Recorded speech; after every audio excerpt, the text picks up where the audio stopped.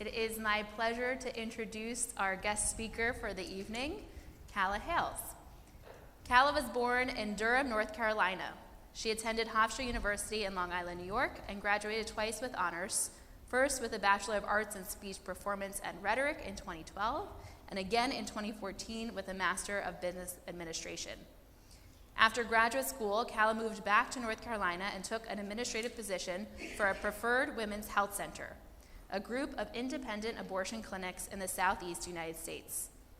This organization has a special place in Calla's heart and history, as her parents started the clinics in 1998, her parents who are here with us tonight.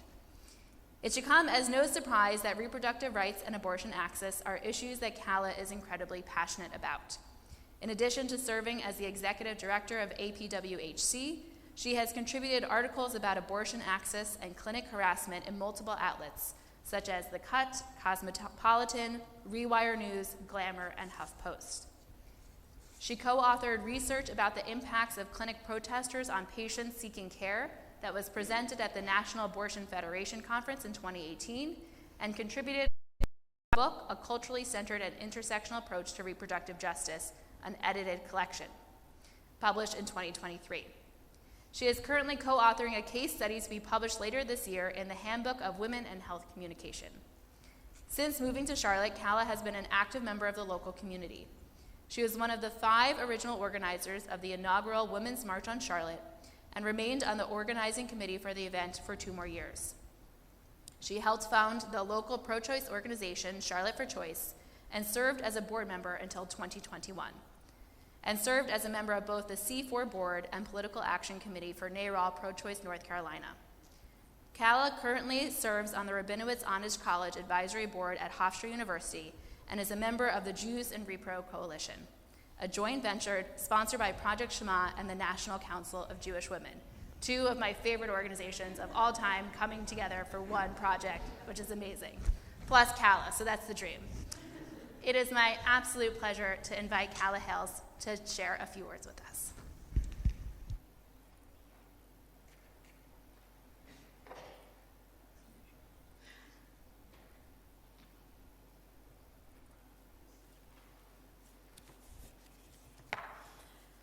Good evening. My name is Calla Hales Schneider, and I'm the Executive Director of a Preferred Women's Health Center, a group of independent abortion clinics in the South with a location right here in Charlotte. Thank you for inviting me into your congregation this evening for Shabbat. It is an honor I do not take lightly. Repro Shabbat is an annual event started by the National Council of Jewish Women, where we as a community can reflect upon the intersections of our faith and bodily autonomy. More specifically, this date is chosen each year because its Parsha is generally accepted as the foundation for Judaism's approach to reproductive rights and justice. Mishpatim can be intimidating at first glance. It's a dense, dry statement of ancient law. When I was younger, I remember sitting through Shabbat dinner with my parents and zoning out when we got to this Parsha. As a kid, these words felt inaccessible to me, dated. I couldn't comprehend how these laws applied to me thousands of years later. In a world where slavery was outlawed and the maxim, an eye for an eye, was no longer a legal defense for violent retaliation. When I told my father I was invited to speak here tonight, his response was, "Oh good, go read Mishpatim. Then read it again. And then read it one more time. Then come find me and we'll chat." It's safe to say I think he too remembered me zoning out during Shabbat dinner. But per usual, his guidance has made an impact. Whether it was 20 years ago or 20 minutes ago, I'm a different person now than I was then. That growth extends to the understanding of my faith, and specifically my understanding of Mishpatim. On its surface, Mishpatim is direct.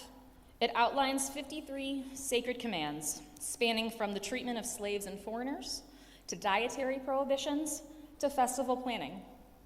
In comparison to the greatness and glory of the 10 Commandments set forth in Yitro, Mishpatim can almost feel less important somehow.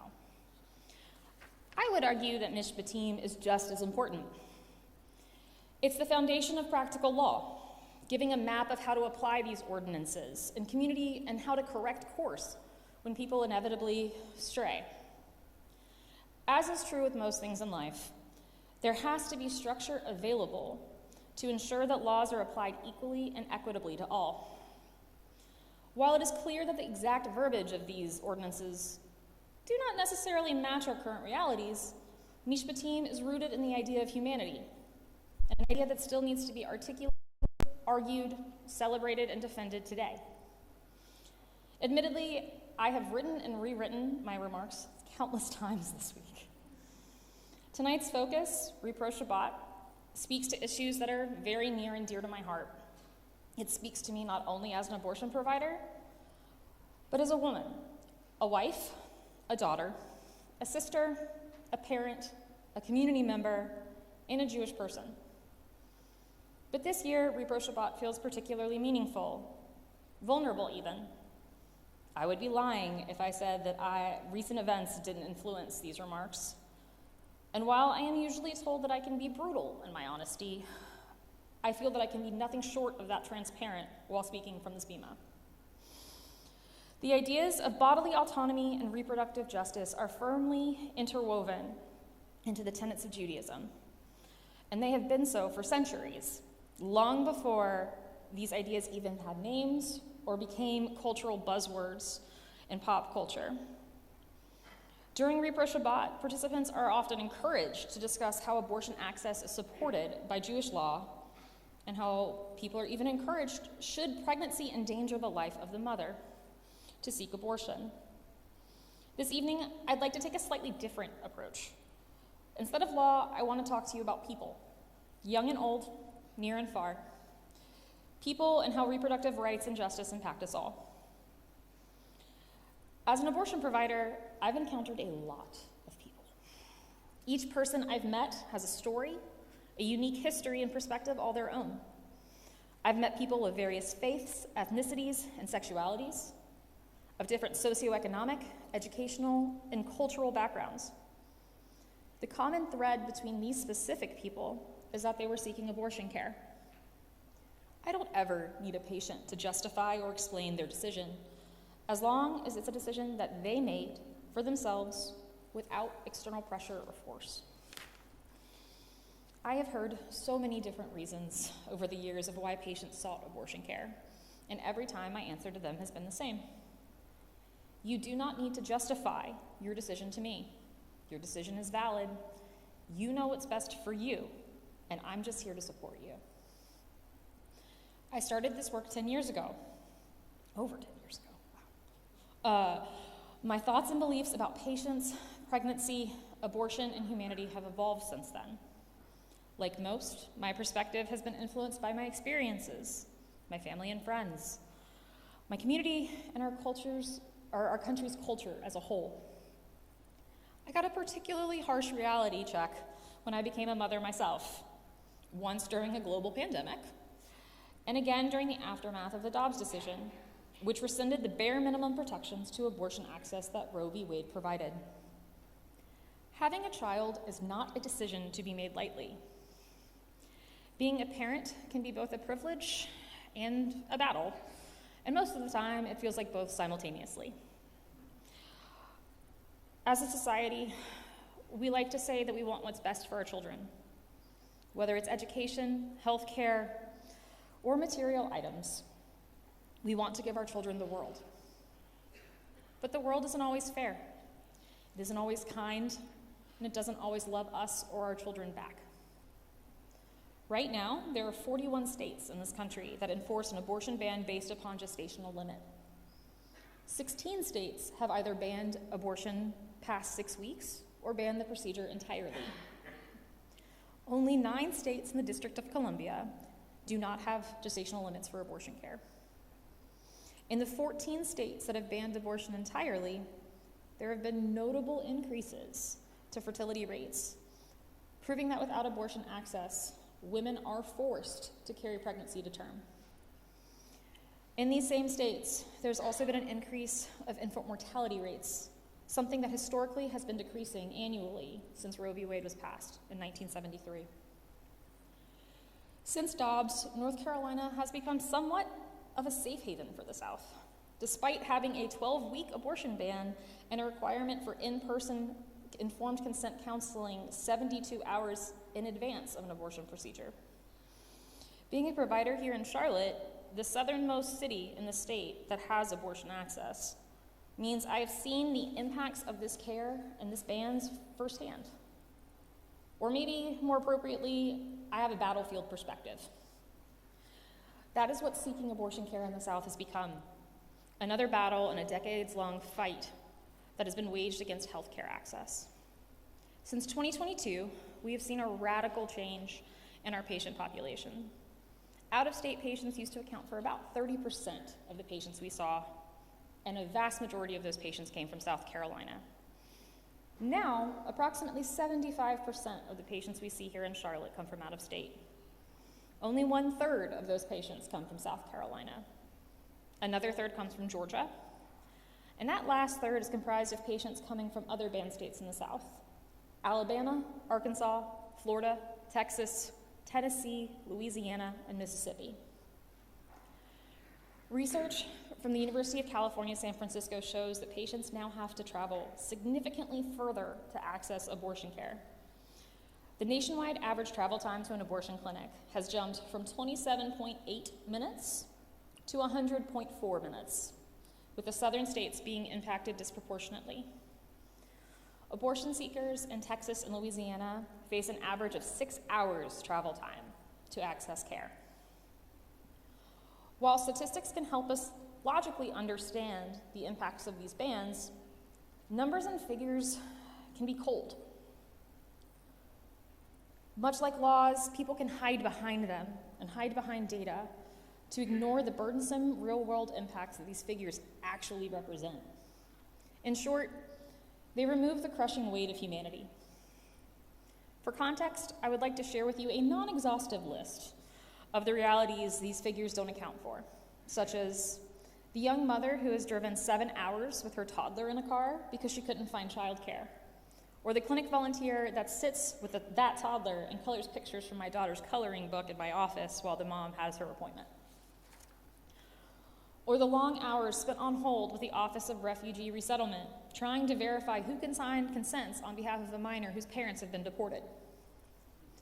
The countless tears shed by patients who can't complete their abortion because it took longer than they expected to come up with the money for their procedure or to organize the various logistics they now need to cover to travel to their appointment. And now they're too far to be seen in North Carolina and have to go elsewhere. Or the limitless agitation and rage of patients and their companions for having to deal with protesters who know nothing about them or their circumstances. Yet these ignorant bystanders still insist on screaming at them, harassing them about their decision, and intimidating them with the ideas of guilt and eternal damnation. I don't bring these facts and experiences up to be cruel or pessimistic. I tell you this in hopes it reminds you of reality. While most people assume that my dedication to this work is due to a fervent belief of bodily autonomy, my reality is this: it's my life's work to ensure that humanity is never ignored, regardless of who a person is, where they come from, or how they identify. When asked if an ill person should fast during Yom Kippur, Rabbi Becky Silverstein once wrote, "The Talmud invokes a verse from the biblical book of Proverbs, Lev Yodea Marat Nafsho, or the heart knows the bitterness of its soul. To me, this applies to so much more than fasting and ritual. It's an acknowledgement that no one can possess more expertise about a person's human condition than that person themselves. Who am I to force a person to have a child? Who am I to tell a person that their reasons for not wanting to be pregnant are somehow not good enough? And above all, who am I to tell someone that they must be a good parent and then rebuke and penalize them when they cannot take care of said child that they did not want to parent at all? The heart knows the bitterness of its soul. As Jews, we're familiar with bitter things, whether it be maror during a Passover Seder, or more recently, just the simple act of reading a newspaper headline. We are always reminded of bitterness, grief, and pain. However, we're also reminded that this bitterness allows us to revel in the sweetness of life and to appreciate the joy in the world. Earlier this week, the bodies of Ariel and Kfir Bibas were returned to their home in Israel. Their mother, Cherie, did not return with them. A mother and her 2 children, inseparable in life, stolen together, and now separated by force and death. As a mother who has 2 children of similar ages, I struggled with how to move forward this week. How to carry the grief, how to temper the rage, how to be present and joyful in my own existence. I struggled with how to speak respectfully and honestly about the rights of those wishing to end their pregnancies, while holding the intense anguish of knowing that a mother's desperately wanted children were stolen from the world, and the knowledge that these children are by no means the only innocent children to be stolen from the world due to the hatred or apathy of others. In this moment of struggle, I did what I normally do. I called my dad. My father and I don't always agree on things. We are molded by our experiences, and he and I have lived radically different lives. But even when we don't agree, my father has always been able to lead me to new perspectives, to help lift myself above the minutiae I can get so easily tangled in, to see a bigger picture. He did exactly that this week. I'm reminded that as an individual human, I cannot control everything. I cannot save everyone. I cannot sink so low in grief that I ignore the joys that my life has given me. With this in mind, I ask that we move forward while embracing one of the strongest tenets in Judaism, tikkun olam. I ask that we continue to try to heal the world, even if it doesn't always love us back. I ask that we carry the memories of the Bibas family as the blessings that they are, and I ask that in their honor we continue our mitzvot by supporting reproductive health, rights, and justice initiatives. Because everyone deserves the right to start a family on their own terms when they feel safest, healthiest, and most secure. There are several ways to support reproductive health, rights, and justice initiatives right now. For those who have the ability to dedicate time, there are organizations you can volunteer with, such as Charlotte for Choice, a group that organizes clinic defense at my clinic here in Charlotte, as well as community events that aim to educate people about abortion and other reproductive health issues. For those who have the ability to donate money, abortion funds are in dire need of help financially.